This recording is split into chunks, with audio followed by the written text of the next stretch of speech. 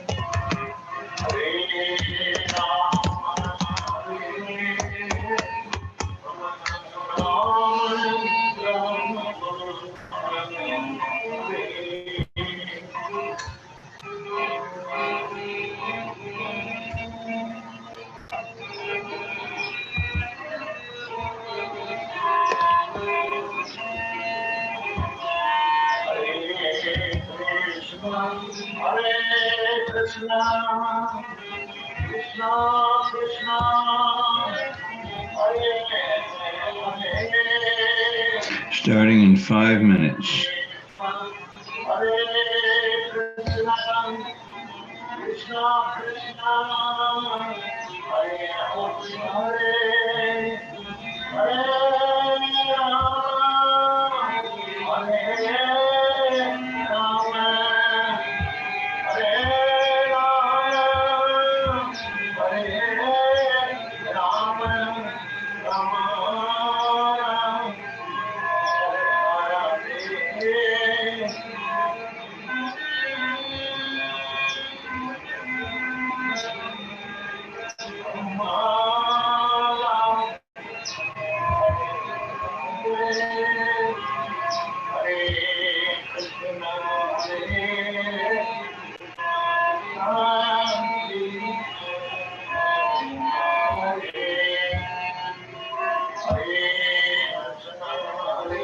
Starting in 4 minutes.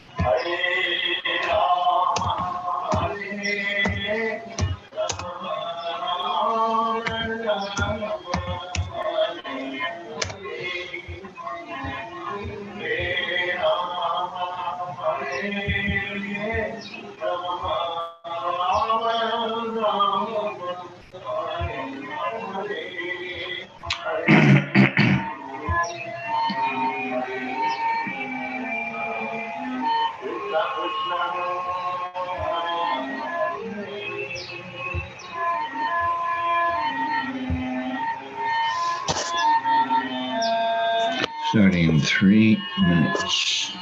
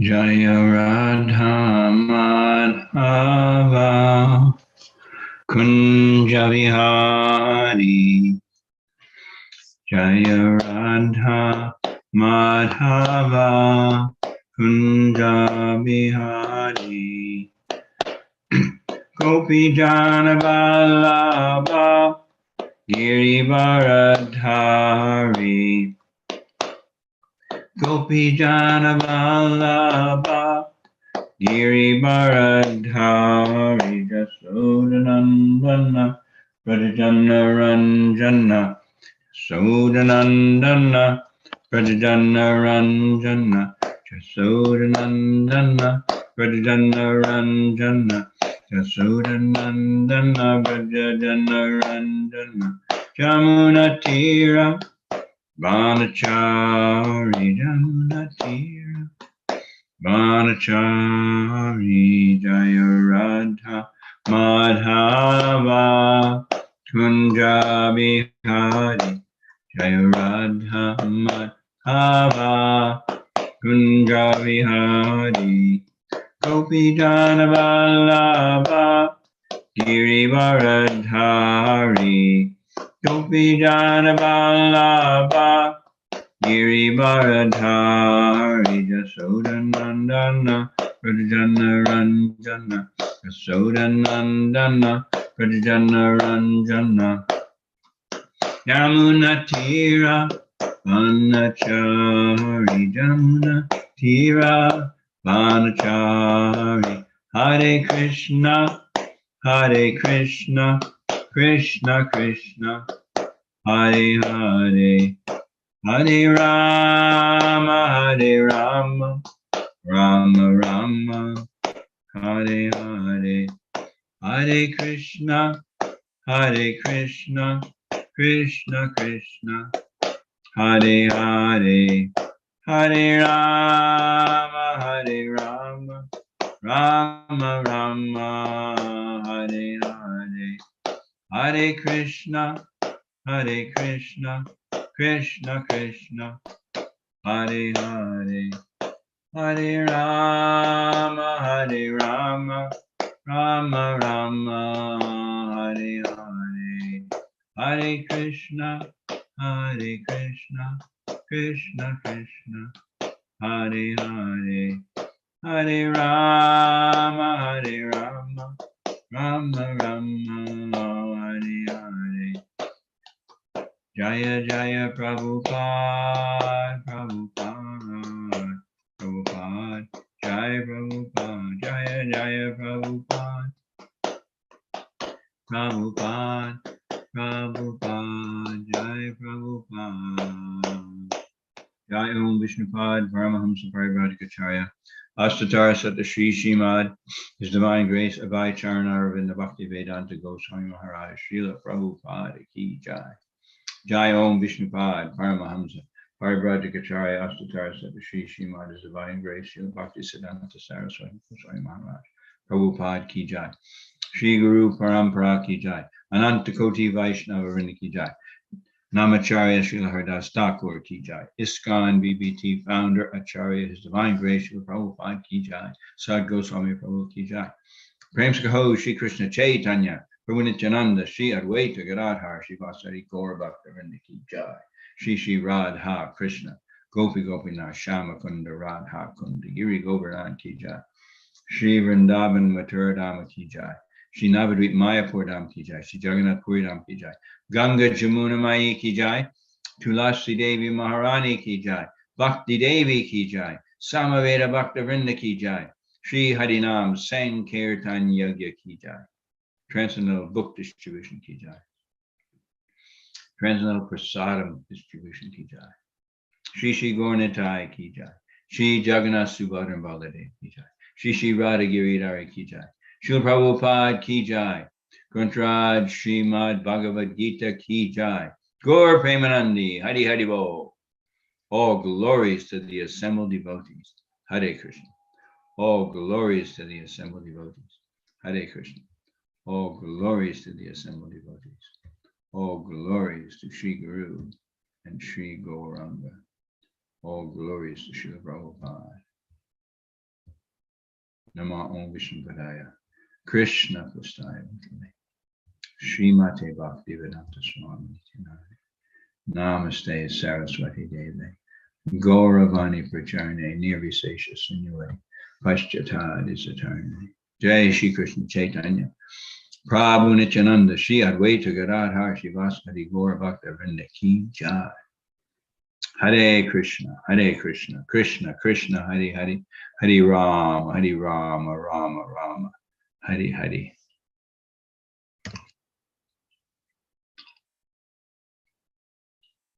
Mukam karoti vachalam, pangam langayate garim, yat kripatamaham vande Shri Gurum Dinatarinam. By the mercy of the spiritual master, a lame man can cross over mountains, and a dumb man can compose eloquent poetry. Welcome, everyone. Again, our ongoing adventure, self-realization, in our study of Srila Prabhupada's Bhagavad Gita as it is.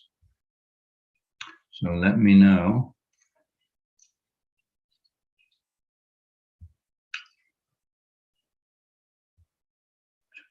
who you are and where you are and how you are.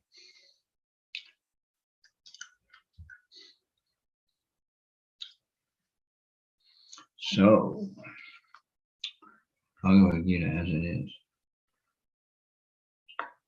Text number, that's chapter 2.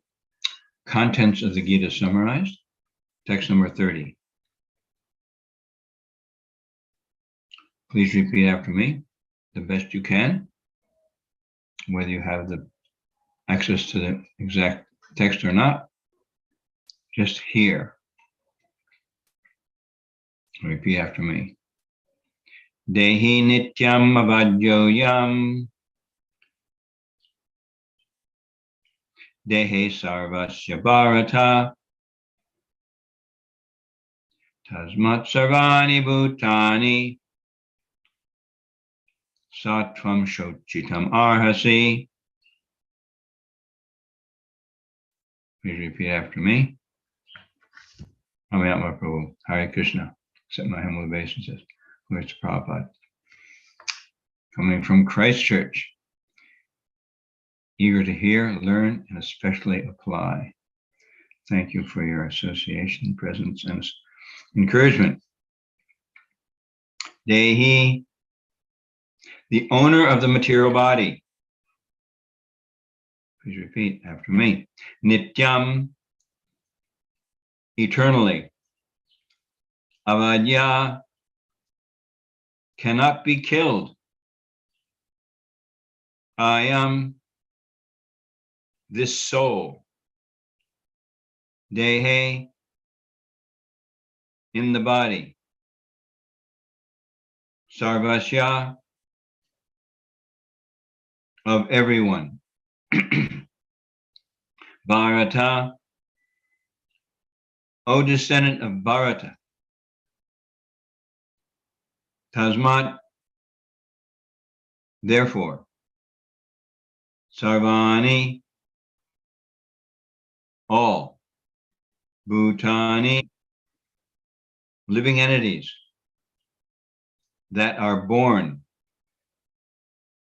Na, never. Tvam, yourself. Shochitam, to lament. Arhasi, deserve. Translation and purport by His Divine Grace Srila Prabhupada. Ki Jai. O descendant of Bharata, he who dwells in the body is eternal and can never be slain. Therefore, you need not grieve for any creature. Please repeat after me. O descendant of Bharata, he who dwells in the body is eternal and can never be slain. Therefore, you need not grieve for any creature. Excuse me.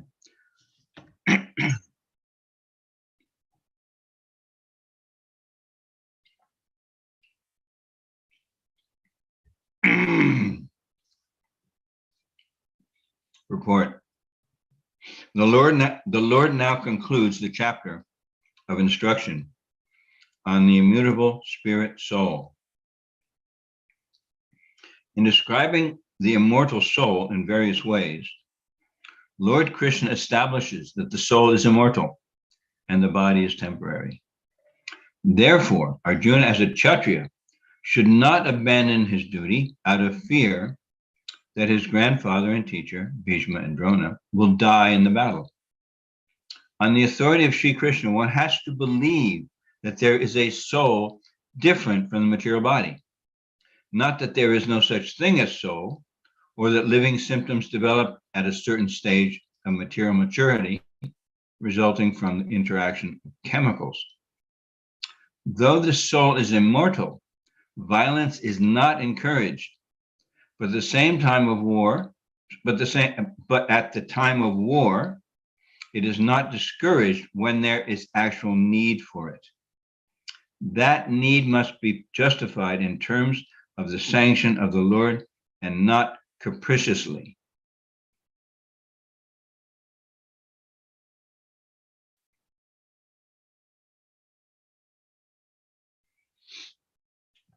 Namo Om Vishnupadaya Krishna Prastaya Bhutale Srimati Bhaktivedanta Swami Namaste Saraswati Devi Gauravani Pachani Nivisish Sumivadi Paschatadisthani. Verse again, Dehi Nityam Avadyoyam Dehe Sarvasya Bharata Tasmat Sarvani Bhutani Natvam Shochitam Arhasi. O descendant of Bharata, he who dwells in the body is eternal and can never be slain. Therefore, you need not grieve for any creature. Now, Prabhupada says in the purport, in the very first line, the Lord now concludes the chapter of instruction on the immutable spirit soul. So, how is that? We're not even halfway through the second chapter. How many verses are in the second chapter? 72. This is text 30, and Prabhupada is saying, Krishna now concludes the chapter of instruction on the immutable spirit soul. So, what does that mean? Is this the end of the chapter? What do you think? Is this the end of the chapter? Anyone jump in and say if you like on the chat. Krishna has given us full instruction from all different angles. Thank you. No, it's not the end of the chapter. But Prabhupada's saying Krishna is concluding the chapter. So maybe it's a chapter within a chapter, because Krishna has just given so many different angles that the soul can't be changed. It's immutable. He says that, he uses that word right here.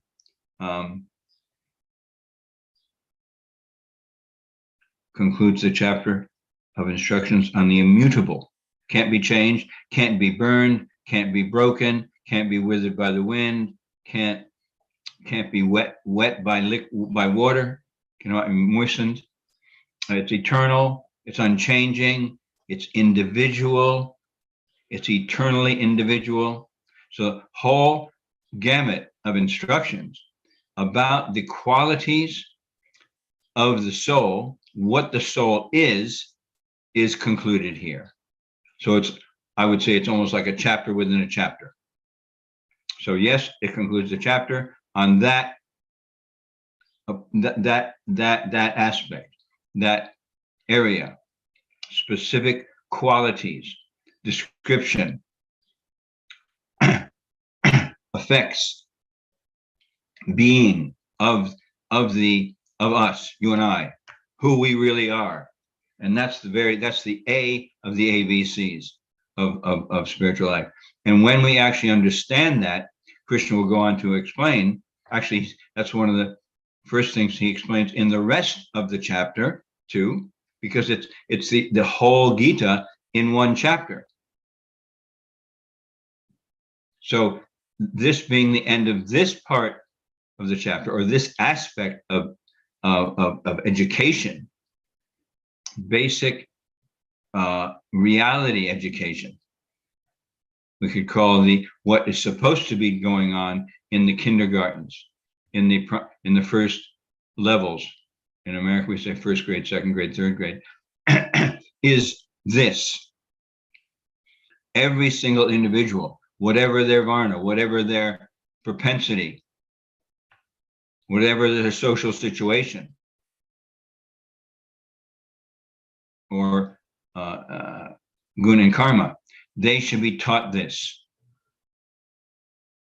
Later on, it depends as they grow older, and then their propensity is seen. They may be engaged in different activities, but everyone should have this basic understanding. Otherwise, life becomes very risky. In fact, life is lost. The greatest violence is to not give and receive spiritual knowledge, because yes, part of our understanding of violence is to withhold or not give people Krishna consciousness. But what about me? I must receive in order to not do violence to myself. Atmahana, the killers of the soul, whether they're butchers, physically killing other living beings, physically, or killing themselves by doing such things, or avoiding the reality. So this is the most basic spiritual understanding. This is the A, excuse me. This is education 101, the very, very first. And Krishna is concluding it here. In describing the immortal soul in various ways, Lord Krishna establishes that the soul is immortal and the body is temporary. So that is, in one sentence, the soul is immortal and the body is temporary. So I am completely different from this body, and my mind, especially my mind, the crazy mind, which is, until it's controlled, is the enemy. There's no other enemy, Sri Prahlad Maharaj says, than the unbridled, uncontrolled mind, especially the mind. And controlling or manipulating, molding our environment. Amiya Prabhu might remind me of the distinction between the circle of influence and the circle of concern. So according to our ability to affect, according to our own self-realization, our own spiritual potency, developing day by day, the deeper, not only understanding, but the realization, the experience that I am an eternal soul, and developing that self-realization, allowing the spirit, because the nature of spirit is to grow. The Prabhupada describes this, the spiritual body, although maybe like a seed when we're unconscious, it grows. And our spiritual body, it develops. It can't change, but it becomes more and more uncovered as we purify ourselves by chanting Hare Krishna, Krishna Krishna, Hare Hare, Hare Rama, Rama Rama, Hare Hare. So this chanting is a prayer. It's a calling. It's a crying out to Krishna to please engage me in your service, so that my tendency and my addiction to serving myself grossly and subtly, serving my so-called self, my external, my unreal self, maintaining the attachment to enjoying on that level, will be cleansed away. And like the seesaw, one seat goes up, the other seat goes down.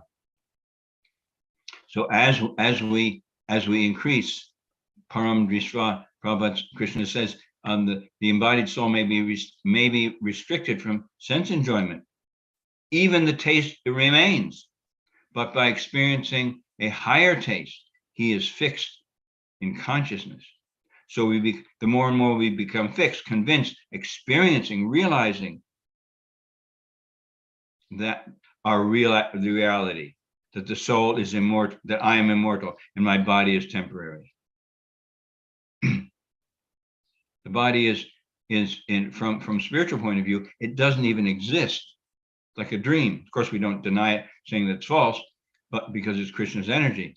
But it doesn't maintain. It's always changing. Every 7 years, even material science says it changes. So I'm the unchanging spiritual quanta of consciousness within the temporary body. The more I call to Krishna, please Krishna, oh my Lord, oh energy of the Lord, please engage me in your service. Only then do I have any possibility of giving up this madness of accepting to any degree that this body has any validity or use except to promote my own self-realization and Krishna consciousness and giving it to others. So that basic education must be there. So this being the end of that chapter, then what does Krishna do? He starts to talk to Arjuna about the consequences. Considering your specific duty of the charya, this is the next verse. You should know that there is no better engagement. And then he talks about how Arjuna would be embarrassed. And he's talking to us. Krishna is saying, there's no better duty for you and me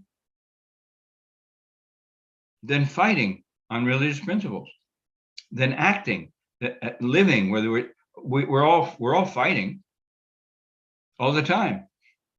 I mean, at least we should be. If we're not, then maybe complacency is set in. And that's very dangerous.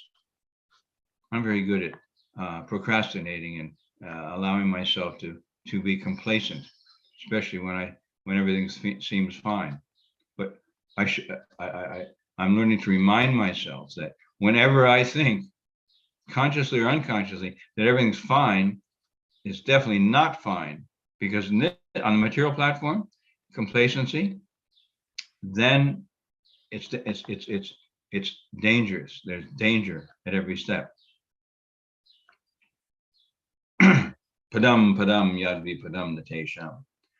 Danger at every step in the material world. So I becoming aware means I'm also aware if I'm becoming complacent. You should know, you should be coming to the level of being aware of every moment where your consciousness is. Now, of course, this comes from our advancement in Krishna consciousness. Same time, as far as I know, Prabhupada says Krishna consciousness means being conscious of everything. I can't give you the reference of that right now.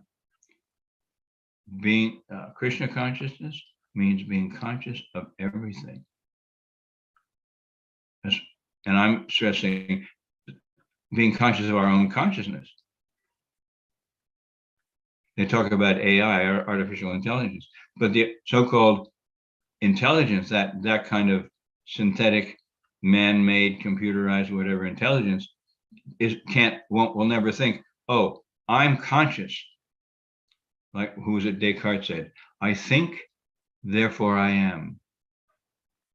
Very interesting. If I can think, be conscious of my consciousness, therefore I actually exist. A machine does not exist any more than the body. A robot, which has these whatever level of developed artificial intelligence, it will never think, I'm thinking, I'm aware of my thinking. I'm aware of my consciousness. It will just mechanically go about acting as if it's alive, as if it exists. And the whole world is being overwhelmed by this idea of creating artificial intelligence, so-called. So Krishna is going to go in, he after this basic education is finished, then he talks to Arjuna about the consequences of not doing it. He talks about the value of doing it, the importance of doing it. He talks about how to do it, because it's the whole chapter included, talks about all these things. Who we are, who we're not, what the consequences are of not applying that, living that, and sharing that, the value of it, of doing it, realizing it, and advancing, how to do it. So many most essential, valuable verses in this chapter. The Param Drishva Nivartanto verses in this chapter. The Kama Esha, Krodha Esha, Rajaguna Samudbhavan is in this chapter. Hang on.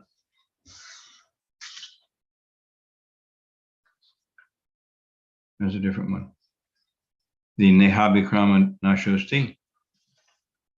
In this endeavor, there is no loss or diminution, and a little advancement on this path can protect one from the most dangerous type of fear.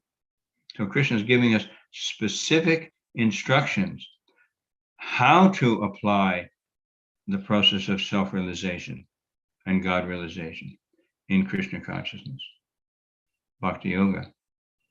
The Vyavasayamika Buddhir verses in this chapter. Those who are on this path are resolute in purpose, and their aim is one. O beloved child of the Kurus, the intelligence of those who are irresolute is many branched. So many, by contemplation of the objects of the senses, one becomes attached to them. And from attachment, lust develops.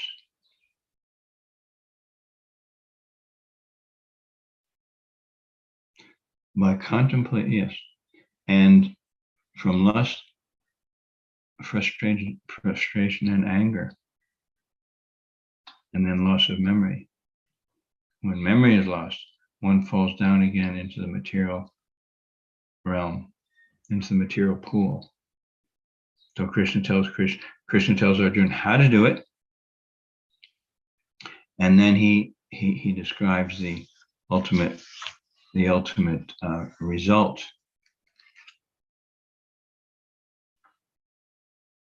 Another famous verse is text 60. Yatato hi api kaunteya.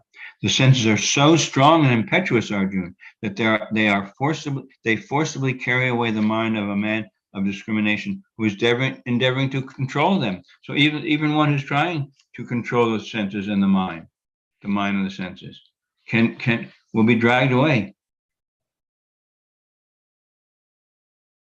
by the strong and impetuous senses.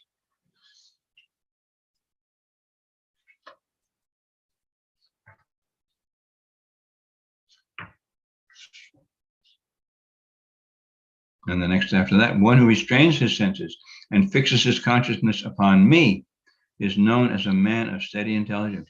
So this chapter is the whole Gita summarized. All these different, and then finally, the end of the chapter, 71st verse. A person who has given up all desires for sense gratification, who lives free from desire, who has given up all sense of proprietorship, and is devoid of false ego, he alone can attain real peace. And finally, the last verse. That is the way of the spiritual and godly life, after attaining which a man is not bewildered. Being so situated, even at the hour of death, one can enter into the kingdom of God.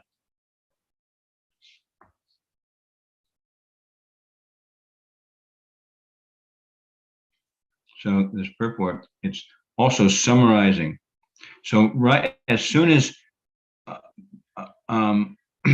Krishna, Prabhupada establishes in two sentences what's gone before, the basic A of the ABCs, about the soul, quality, nature of the soul. He says, therefore, Arjuna as a Kshatriya should not abandon his duty out of fear that his grandfather and teacher, Bhishma and Drona, will die in the battle. So give up, he's saying, give up the fear, Arjuna. You need not grieve for any creature. There is no reason whatsoever to cry about others' suffering, their death, or our own. Now, does that justify callousness? No. It encourages personalism. It encourages to take care of the real person. Their body's going to die and change. Now, that can be juxtaposed with compassion and care and taking care of someone's physical body.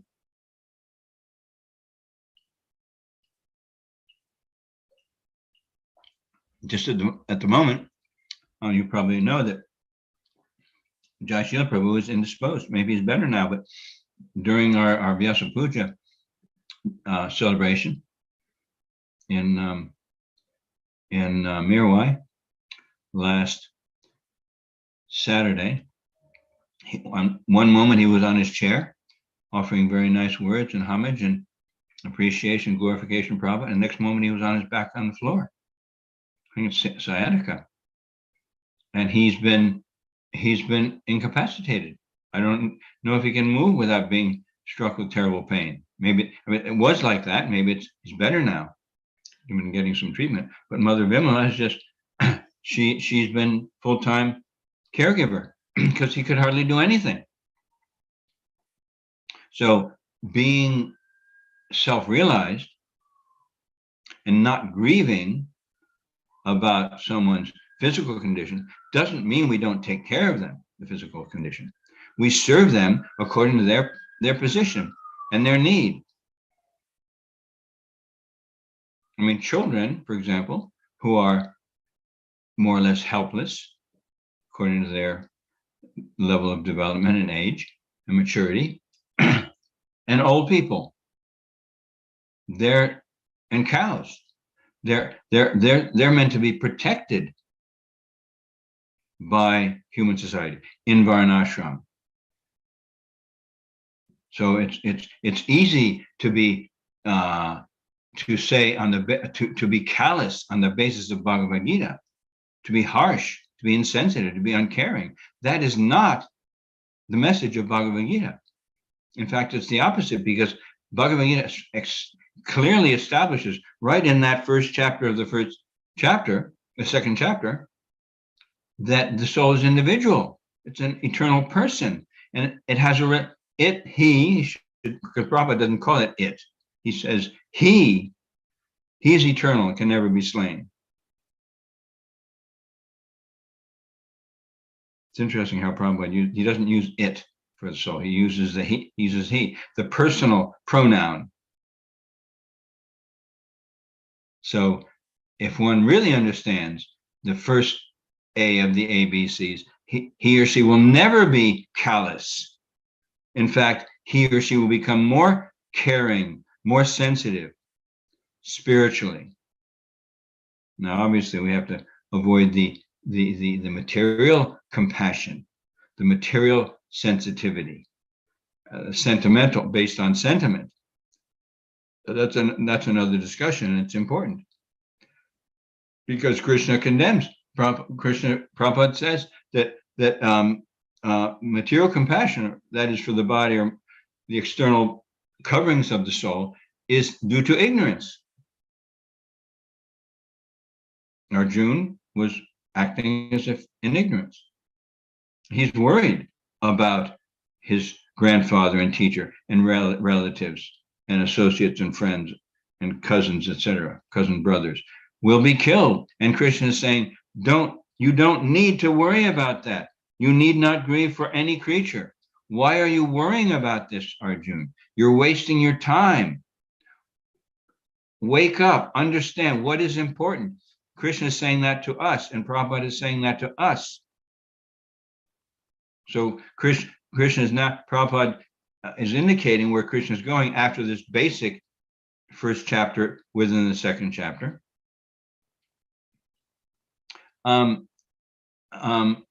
You should continue. You shouldn't abandon your duty. You should continue your duty. So obviously, it's important for us to understand what our duty is, what our propensity is. And if we're not clear on ourselves, we should find someone who's able to help us, who is trustworthy and confidential, who can help us to understand what our nature is, and then build our service in cooperation with others based on that self-understanding, that self-knowledge. And then Krishna, it's like Prabhupada is condensing the entire chapter in this purport. And then he goes on to say, on the authority of Sri Krishna, one has to believe that there is a soul different from the material body, not that there is no such thing as soul, or that living symptoms develop at a certain stage of material maturity resulting from the interaction of chemicals. So this could be, this is a sticking point for many people. One has to believe Prabhupada says. One has to believe. Now, often, or usually, at least in our conditioned state, if someone says, you have to do this, how do you feel? How do you feel when someone says, you have to do that? Sometimes Prabhupada says, people say, oh, who is this Krishna? Well, why is Krishna? How can Krishna tell me I have to do that? I should do that. So on the one hand, we, as much as we're convinced and faithful, we say, yes, I have to believe. Why do I have to believe what Krishna says? Because it's good for me. It's for my eternal benefit and freedom and happiness. All my good qualities come out. All the diamond qualities of the soul, the compassion, the joy, the peacefulness, the confidence, the power, the sensitivity, the self-satisfaction. They're all are manifest. In other words, we experience them more and more, and we live that. We live in them, and we live that way, and we radiate those qualities. Why was Prabhupada so attractive? You look at practically all the pictures and films and videos and class recordings of Prabhupada. Everyone's just focused. Prabhupada's the cynosure. It's like Krishna when he sits in the middle of his circle of friends having lunch, sitting on the ground in the pastures with the cows and calves in the background grazing. Krishna's right, and Prabhupada uses that word. Krishna's the cynosure. He's the center of the focus, center of everyone's focus. And Prabhupada was exactly the same. He was like a magnet. He was radiating those diamond qualities completely in every way. He was convinced. He was simultaneously humble. He was powerful. He was harsh sometimes when someone needed to be corrected out of love. Not that he was angry against them or envious of them, but he had love. Therefore, sometimes he was harsh with a tough love. So as we advance in Krishna consciousness, we will manifest the proof of our advancement. The evidence of our advancement will be in how much we radiate those qualities, because we're developing them when developing them, allowing them to manifest, growing that spiritual body ourselves, and naturally that becomes like an effulgence more and more.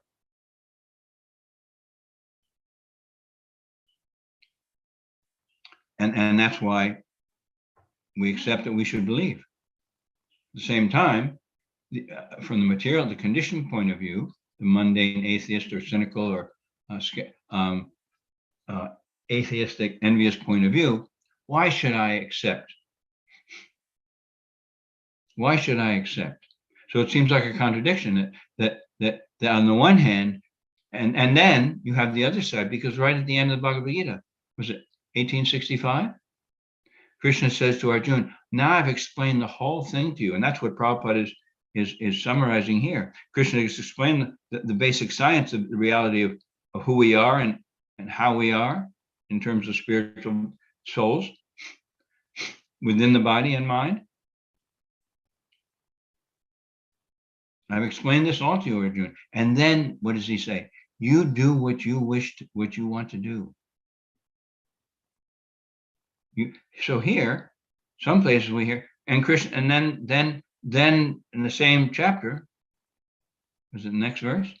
1866, Sarvadharma, Krishna says, just give up everything else. Give up everything else and surrender unto me.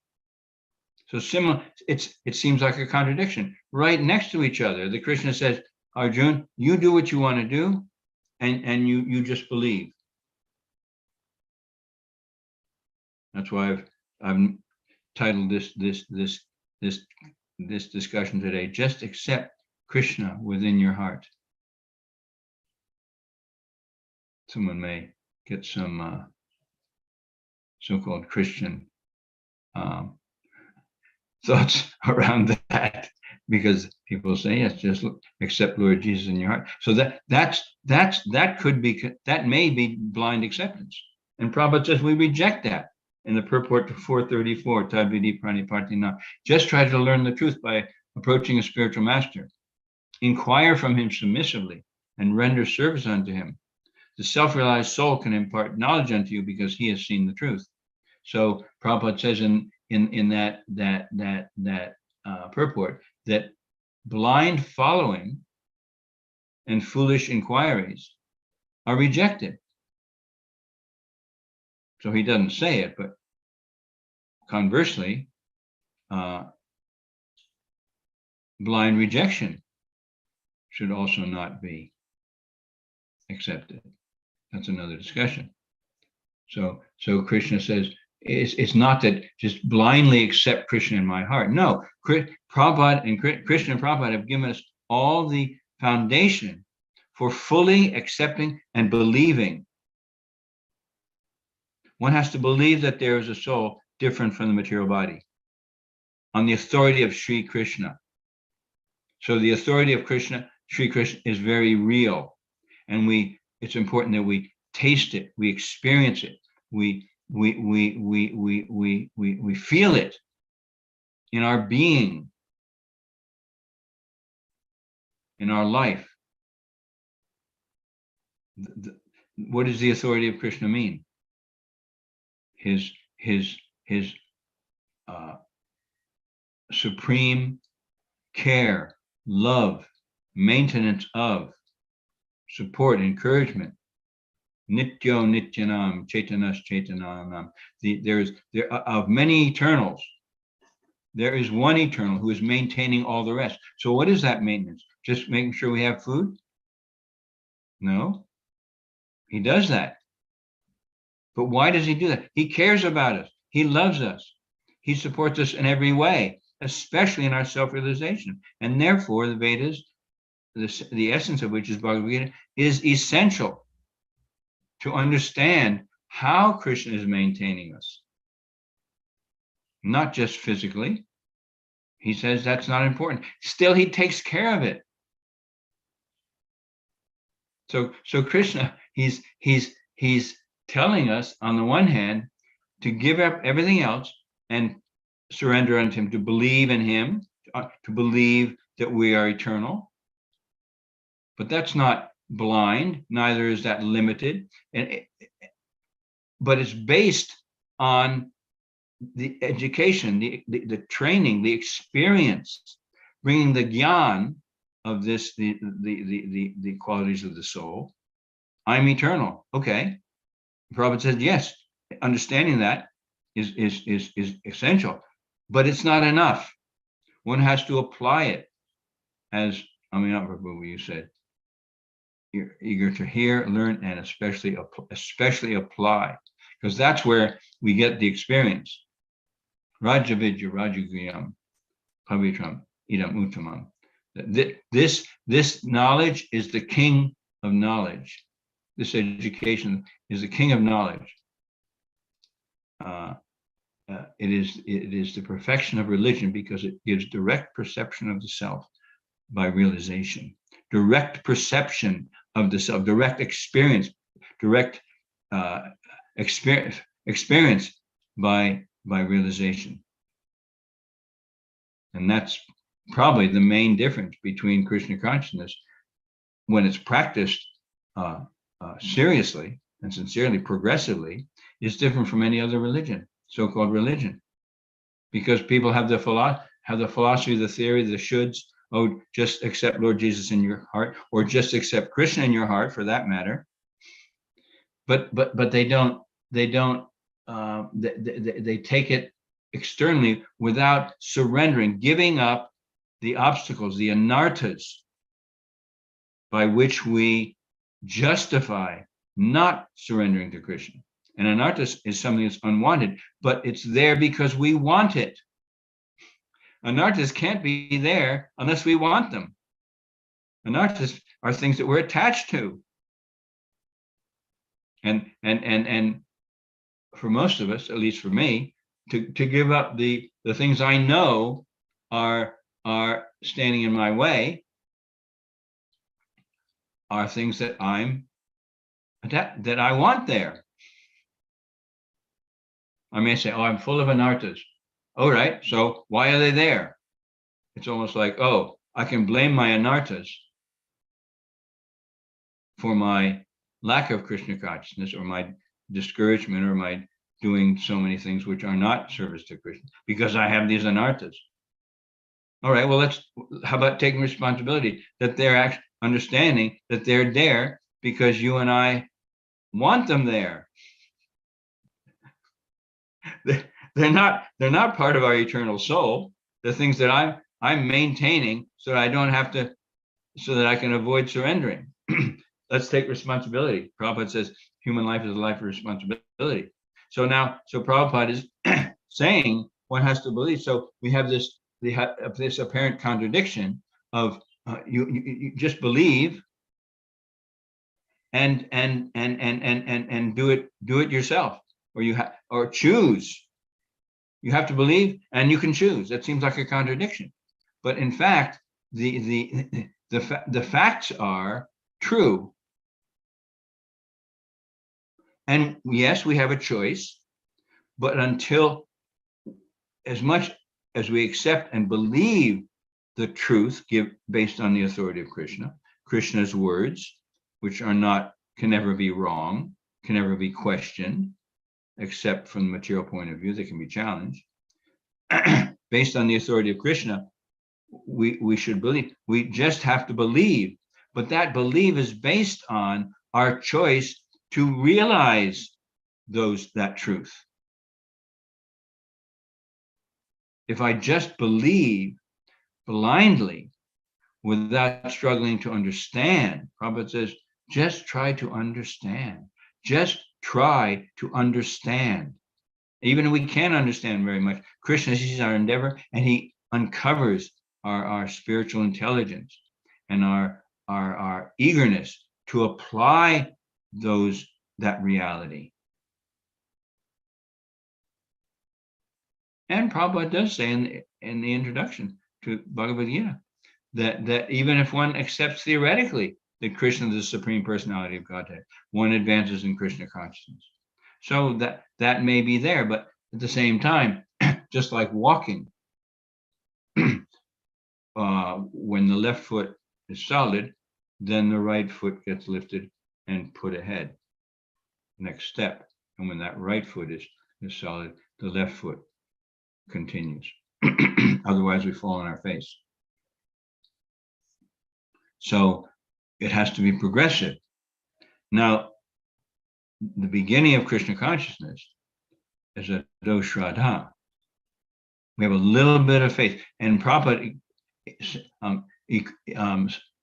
uses the word attracted to, or attraction, sometimes in describing that faith. We have some attraction. We have some faith that this is better. This is what I want. I was talking to a lady who when she was young, I think it was in Dunedin, forget where she said she was quite young, and she would see the Harinam, she would hear the Harinam going by on the street, and wherever she was, in a shop or something, she would run out, even if she was with friends or parents. She'd feel so enlivened and start dancing and wanting to chant and going with them. But her friends would say, oh, okay, but let's do this. And she'd get dragged away. She'd say, oh, I don't want to. So she was attracted to the holy name. Krishna's name means all attracted. So we have a little bit of faith. And as much as faith as we have, we can believe Krishna. We can choose to give up these things that I've chosen to keep myself from Krishna, from surrendering, because I'm afraid, like Arjuna is afraid that his relatives or teacher and grandfather may die. So we're also afraid that our material comfort, our material existence, our material happiness will die We're very afraid. So that fear, as with Arjuna, is a major obstacle.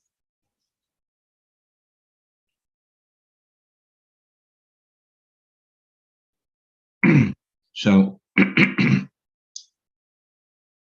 we've covered quite a few points here. So please share any thoughts or realizations or questions or doubts on the chat. Anything at all.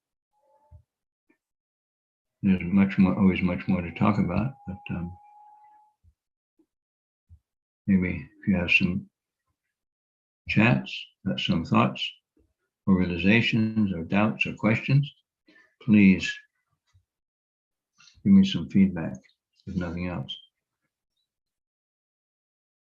So it's important we understand why Krishna is saying, Prabhupada and Krishna are saying, one has to believe. It's the most valuable thing. Belief based on experience.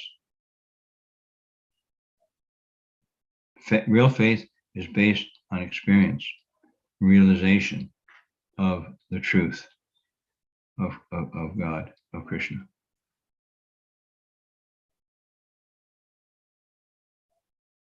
Prabhupada concludes by saying, though the soul is immortal, violence is not encouraged, but at the time of war, it is not discouraged when there is actual need for it. That need must be justified in terms of the sanction of the Lord and not capriciously. So our action, our choices in Krishna consciousness, in our lives here and now, must be justified in terms of the sanction of the Lord. So we need to know what Krishna wants us to do, when he wants us to do it, how he wants us to do it.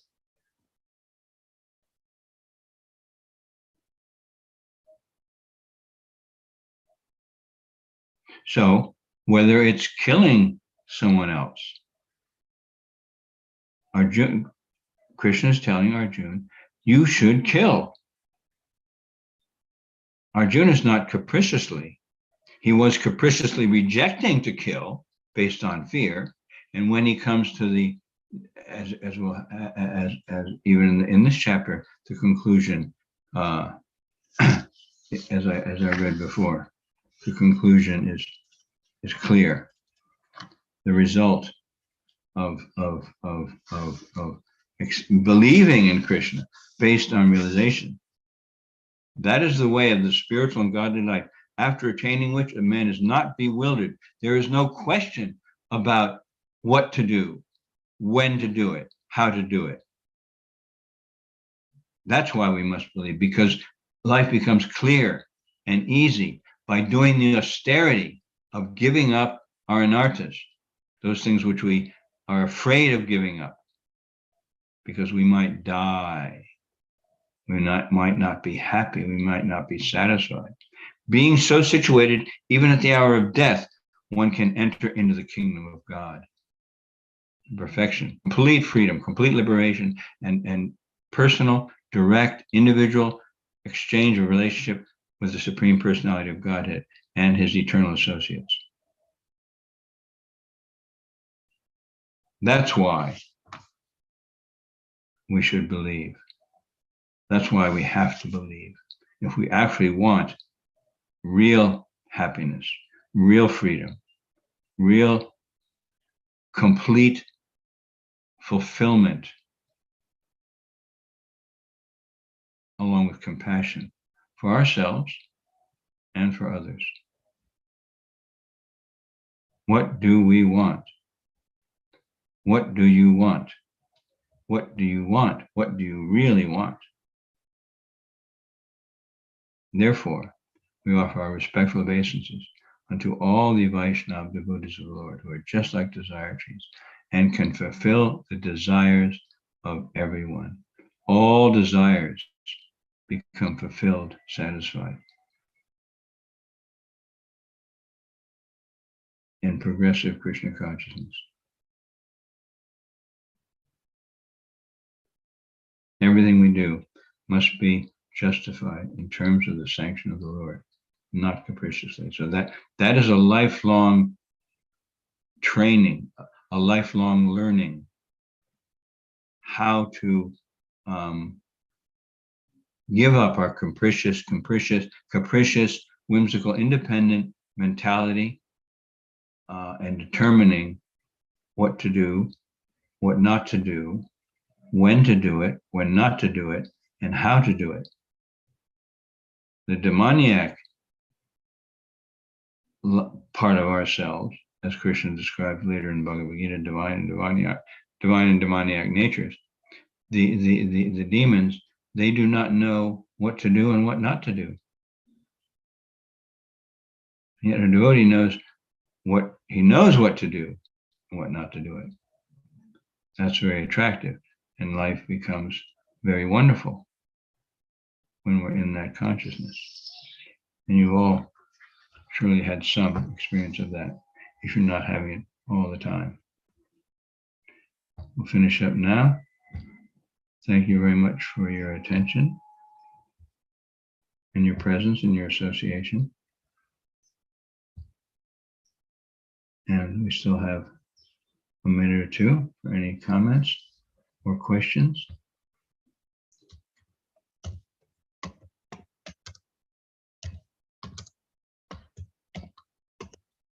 We'll say a prayer for Jai Srila Prabhu.